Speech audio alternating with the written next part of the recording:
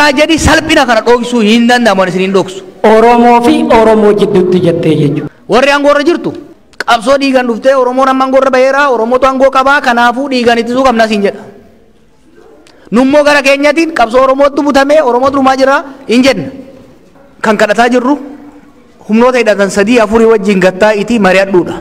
We will reach a level where negotiation becomes impossible.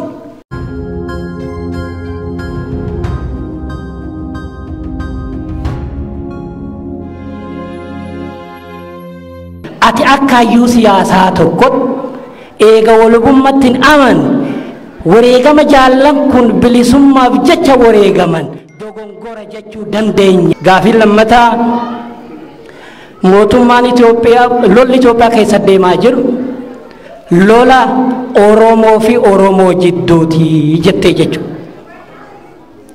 Oromoo fi Oromoo jidduutti jettee jechuudha. Kun akka qalbiitti yaatitti akka ayyaadot lolli deemaa jiru kun lola loltoota federaal Itoophiyaatii fi lola waraana bilisummaa Oromootitti deemaa jiru jedhee hubadha. Lolli waraana bilisummaa Oromootii fi loltuu federaalaa jidduutti deemaa jiru loltoota sabaaf sablammii kan Sumaaleen keessa jiru kan Affaar keessa jiru kan Faannoon keessa jiru kan sabaaf sablamni hundi keessa jirutu waraana bilisummaa Oromoo waliin wal dhawaa jira jechuudha. Fakkeenyaaf Gujii keessatti waraanni Sumaalee irratti hirmaate, Kaabat waraanni Faannoo irratti hirmaate, waraanni Amaaraa irratti hirmaate, waraanni Tigree irratti hirmaate, waraana sabaaf sablammitti irratti hirmaate. Akkamitti lolli kun lola Oromoo lamaan jidduu ta'uu danda'a? Yoo kana jettu Oromoo lamaantu wal dhahaa jira. Waraana bilisummaa Oromoo hin gargaarinaa hin fakkeessu. Warri amma waraana bilisummaa Oromoo akka obboleettiin teennachi jette waraana bilisummaa Oromoo gargaaraa jiran hayyuun keen xiinxalaa keen beekaan keen Oromoo lamaantu wal dhawaa jira jedhe maaf nu waraana kana gargaarree wal dhoofsifna ka jedhu nama xiinxalaa bal'ina hin qabne jidduutti rakkoo hin uumu. Mee jawaab dubbii kana irra deebii xiinxalli ilaali isin jedha.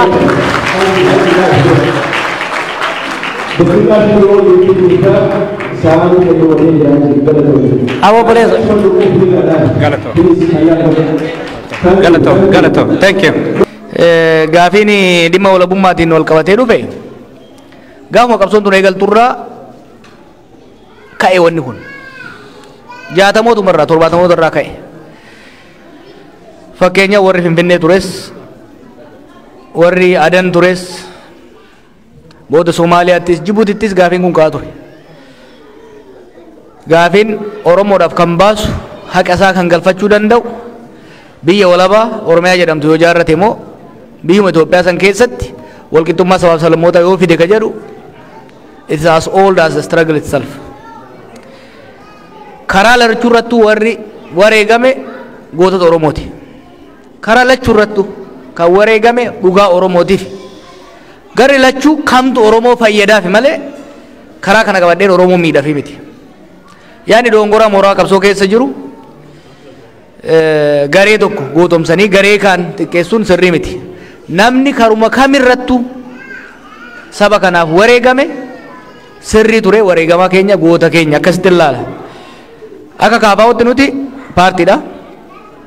Akka paartiititti Oromoodhaaf kan baasu dantaa Oromoo yeroo gabaabaaf yeroo dheeraatti eegsisuu kan danda'u Oromoodhaaf nagaa waaraa kan fiduu danda'u misooma waaraa fiduu kan danda'u sirna federaalawaa dimokiraatawaa ta'e kan Oromoon Oromiyaa irratti ittiin of bulchu kan Sidaamni Sidaama irratti ittiin of bulchu akka Itoophiyaatti immoo sabaaf sablammoonni kun marii isaaniitiin waliigaltee isaaniitiin seera hariiroo tumatanii wal kabajanii qabeenyaa fi aangoo akkaataa gumaata isaaniitiin qooddatanii kan bulan Itoophiyaa haaraa ijaaruutu sirriidha jedhee amana kaafaa'uun. Hamma namni beekutti dhaabbileen Oromoo yeroo ammaa jiranis akka keenyatti jala muruu yoo baatan illee yoo kan danda'amu taate sabab sablammoota wajjin kan jedhu ni fudhatu. Gaafiin immoo ummataaf jedhu nuti akka kaafaa'utti ummata Oromootiif kan ta'u kan fayyadu sirna federaalawaa dimokiraatawaa Itoophiyaa keessatti dhaabne sabab sablammoota wajjin wal dandeenyee jiraachuudha jennee tamanna. Kana jechuun warri walabummaatti amanu haa baduu miti. Kana jechuun warri walabummaatti amanu dhiisaati warri yuunitarii Itoophiyaa ijaarra jedhu haa badu hin jennu. Yaada isaa areeffatu humnaan garuu itti fe'uun hin ta'uudha. Humnaan itti fe'uun hin ta'uudha kan itti jennu jechuudha. Lolli Oromiyaa keessa jidduutti godhamu kan Oromoo jidduuti. Sadarkaa hoggansatti hoggansi biyya sana hogganaa jiru kanuma isinummaan harka wal dhooftanii ol baaftanii bar. Of sobuun wal sobuun hin barbaachisu. Waggaa 2018tti gaafa mormu san afaan na qabdanii ni hinaaftee ni bololte jettanii warra ol baaftan ilmuma keessan isinirraa dhalateedha. Hoggansi gama lachuu waraana Oromiyaa keessatti godhamu gara tokkoon marra tokkoon gara kaaniin Abiyyitu hoggana. And they are both Oromos. Tragedy salphina kana dhoksuu hin danda'amu isin hin dhoksu. Salphina Oromoo keessatti gadeemaa jiru salphina. Sadarkaa hoggansatti Oromoodha. Gadi bu'aa. Lola kana keessatti humna sadiitu hirmaata mootummaarra. Milishaa gandaa, poolisii Oromiyaa fi humna federaalaati. Milishaan gandaatii fi poolisiin Oromiyaa dhumaa jiru, nama fixaa jiru Oromoodha. Nu bar keessa jiraanna. Painful ijoolleen nuti hoggannee qabsoo keessa turte gara lamatti baateet wal fixaa jirti. Shawaa lixaa keessa odheete, Shawaa kaabaa keessa odheete, Wallaga keessa odheete, Gujii keessa odheete. Kan dhumaa jiru harki 95 ilmaan keessan obbolaa keessani. This is fact. Kuni salphina qaanyiidha. Sabab sablammiin biyya sanii gaafa Oromoon sirna duraasan jijjiiree aangootti dhufu faayinalii haara galfanna. Finally walqixxummaa arganna jee abdataa ture. Nuyi garuu biyyaaf sabaaf sablammoota biyya saniitiif nagaa buusuu dadhabneet wal jidduutu nagaa buusuu dadhabne. I can theorize. Theorii keessa dhaqee sirna mootummaa Itoophiyaati akkas akka warra kaanii odeessuu dandeenya. It's not true. It's not true. Warruma nuti harka dhoofnee fi ol baafnedha. Kan dhumaa jiru kan wal fixaa jiru. By the way sadarkaa mootummaa fi humna waboo bira darbeera yeroo ammatti. Revenge killing. Haaloo wal bahuun duriyyeen magaalaa keessa wal gurmeessee nama fixuun. Eenyu Oromiyaa keessa nama fixaa jiru mootummaa fi waraana bilisummaa Oromoo qofaan kan wal fixaa jiru bar. Kan gama lachuu fakkeessee har'a fakkeenya waan Wallagga ta'e kana waraanni bilisummaa Oromoo anaa miti kan godheedha. Mootummaa waraana bilisummaa Oromootu godheedha. Faaktii isaatu sadarkaa ittiin beeynetti humni sadarkaa anarkiin biyya keenya keessatti baay'achuurraa kaka'een qabatamatti abalutu ajjeesee. Jarmanitti bakka tokkotti jeen ture. Oromiyaa keessatti bara har'a eenyutu ajjeesee maalutu ajjeesee sadarkaa jettee gaafattee deebii itti dhabdu gaafachuu itti dhiifte irra jirta jechuudha. Ani waan isin dhaga'uu barbaadan isinitti himuuf asin jiru. Waan isin dhaga'uu qabdan isinitti himuuf as jira. Wanni ta'aa jiru sheem. Warri aangoorra jirtu qabsoo dhiigan dhuftee Oromoon amma aangoorra baheera Oromootu aangoo qabaa kanaafuu dhiigan ittisuu qabna siin jedha. Nummoo gara keenyatiin qabsoo Oromootu butamee Oromootu dhumaa jira hin jenna. At the end we are entering an endless cycle of violence. Isinitti himan. Keessattuu sheerii guddaa kan qabu mootummaadha itti hoggansa biyya kan argaa qabu mootummaadha lola dhaabuu qaba.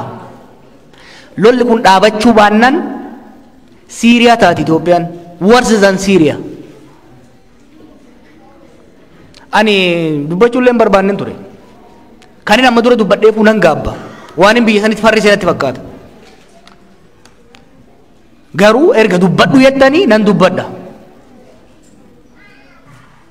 Civil war zabana kana waraansi biyya zabana kana kan injifatu wal injifatan osoo hin taane ka addaan ciccita. Mootummaan kun hubatuu qaba.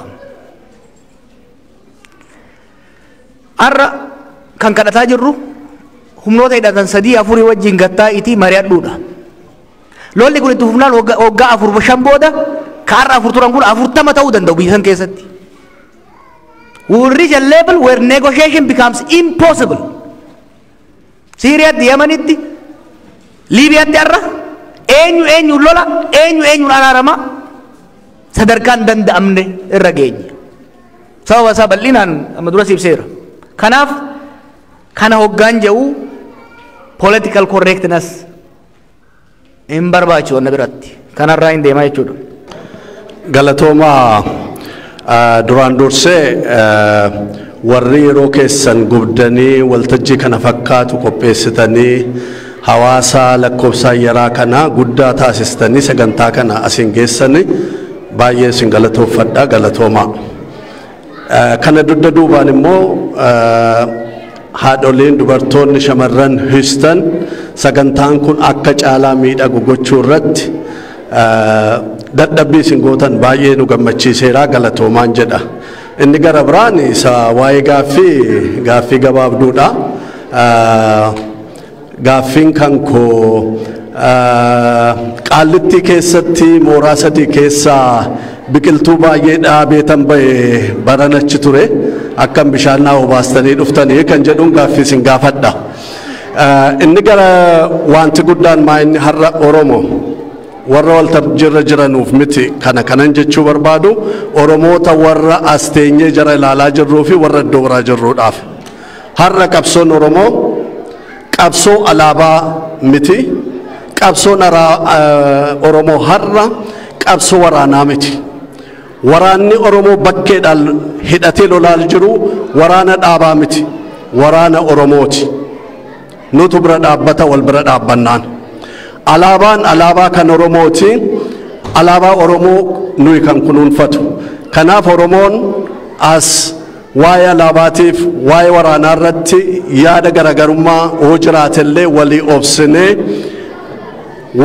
diina nu fuuldura dhaabbate sana fuuldura akkamii waliigalteedhaan akka dhaabbannu irratti mari'achuudha kan nurra raatu. Waltajjiin bakka tokko irratti waltajjii qoccoloo inni ta'e suni Houstoniin keessatti hin ta'a jedhee yaaduun alaabaan kana waliin finnee waliin kabachiisna. Waraana keenyas nuuf jedhanii bobba'anii waliin hidhachiisna waliin bira dhaabbanna.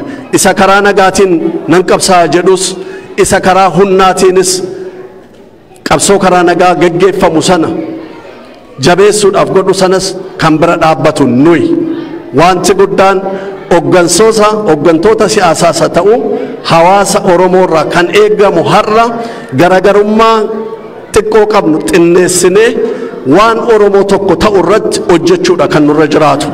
Adeemsi keenya garagara ta'uu danda'a garuu itti galli keenya waan tokko ta'eefi Oromoon keenya hundumtuu bakka jirtan warri iddoo biraa jirtanus qoccoloo waan hin taane irratti walirraa dhaabne fakkeenyaaf waraanni Oromoo ibsa jarri waa'ee alaabaatiif waan adda addaa irratti baasanii yeroo darbe baasan isa kana kan nu barbaannu hooggantoota keenya irraa kan tokko nu taasisu yaadaan garagarummaa qabaannullee itti galli keenya tokko ta'uusaa kan hubachiisu malee kan nu barbaachisu isa nu qooduu miti. Isinis immoo warri har'a keessummaa taatanii nu fuuldura dhuftan kun dhugaa jiru nutti himuu keessanii fi qullaa isin hin dhaabnu. Dhugaa jiru nutti himuu keessanii fi caalaa isin miidhagsinee isin geggeessina. Kanaaf dhugaa walitti himuun barbaachisaadha. Galatoomaa jechuu barbaada.